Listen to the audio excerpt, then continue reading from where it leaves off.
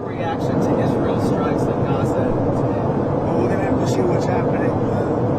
We want to make sure that it's going to be very peaceful with Hamas. As you know, they've been quite rambunctious. They've been doing some shooting, and we think maybe the leadership isn't involved in some rebels within. But either way, it's going to be handled properly. It's going to be handled toughly, but properly. Is the ceasefire still in place? Yeah, it is. But the people of this country want law, they want order, they want safety, they don't want to be mugged or raped or shot, and that's what we provide. We have tremendous numbers also. You see the crime numbers are coming way down, way down. Then you take a look at a place like Washington, D.C., which is now one of the safest cities in the country. It's one of the worst cities, most dangerous cities. We moved out 1,700 career criminals and people that came here through Biden and his open border policy. I think that Chicago will do very well. We're going to go into San Francisco at some point in the not-too-distant future, make that a great city again. It can only be a great city if it doesn't have crime. They don't have a fight against drugs. They make drugs. They refine drugs. They make cocaine. They have cocaine factories. They have no fight against drugs. And I'm stopping all payments to Colombia because they don't have anything to do with their fight against drugs. And in fact, even when they had better presidents than they have right now, that's how they're making a lot of money, drugs. I used to complain about it when they had a very nice president, but he wasn't good. It was all talk. They are a drug manufacturing machine, Colombia, and we're not going to be part of it. So we're going to drop all money that we're giving to them. It has nothing to do with them stopping drug production. And you look at the fields are loaded up with drugs, and they refine the drugs, and they make tremendous amounts of cocaine, and they send it all over the world, and they destroy families. No, Colombia is out of control, and now they have the worst president they've ever had.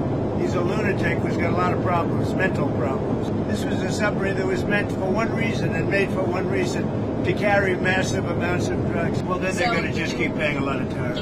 If they said that, but I don't believe they said that. No, I spoke with Prime Minister Modi of India, and he said he's not going to be doing the Russian oil thing. So that's it. But why would India say that they're not going to do that? I don't know, but if they want to say that, then they'll just continue to pay massive tariffs, and they don't want to do that. Yeah, Friday you said you had a cordial meeting with President Zelensky. During that meeting, did you tell him he needed to cede all of the Donbass region to Russia? No, we never discussed it. We think that what they should do is just stop at the lines where they are, the battle lines. You have a battle line right now, and the rest is very tough to negotiate. If you're going to say, you take this, we take that, there's so many different permutations. So what I say is they should stop right now at the battle lines. Go home, stop killing people, and be done. What do you think should happen with the Donbass region? Let it be cut the way it is. It's cut up right now. I think 78% of the land is already taken by Russia. You leave it the way it is right now. They can negotiate something later on down the line. But I said cut and stop at the battle line. Go home. Stop fighting. Stop killing people. Demonstrations were very small, very ineffective, and the people were whacked out. When you look at those people, those are not representative of the people of our country. Mr. President, besides San Francisco... And by the way, I'm not a king. I'm not a king. I work my ass off to make our country great. That's all it is. I'm not a king at all. Washington, D.C., Chicago is getting better, even though we're going through a lot. And, we're trying to do it in a very nice way. I'm allowed, as you know, as president, like 50% of the presidents have used the Insurrection Act. You can use that. And everybody agrees you're allowed to use that, and there's no more court cases, there's no more anything. We're trying to do it in a nicer manner, but we can always use the Insurrection Act if we want. All we want to do is have safe cities. We're not looking for anything that would be spectacular other than crime-free becomes spectacular. We want to have great crime-free cities. So I'd be allowed to use, if I wanted, the Insurrection Act, and then all of this nonsense would go away. We just want no crime. We want to have crime-free cities. That's not a big, it's pretty common sense, I think, but that's all I want is crime-free cities. I campaigned on it. It's become, I think, even more successful than we thought because of the tremendous success that we had literally in 12 days in Washington, D.C., and it continues. But Washington, D.C., we're so proud of it. People are eating in their restaurants. Restaurants are opening. all the stores and restaurants were closing. You couldn't walk down the street without being mugged or worse. And now it's a safe city. I have a very good relationship with President Xi of China.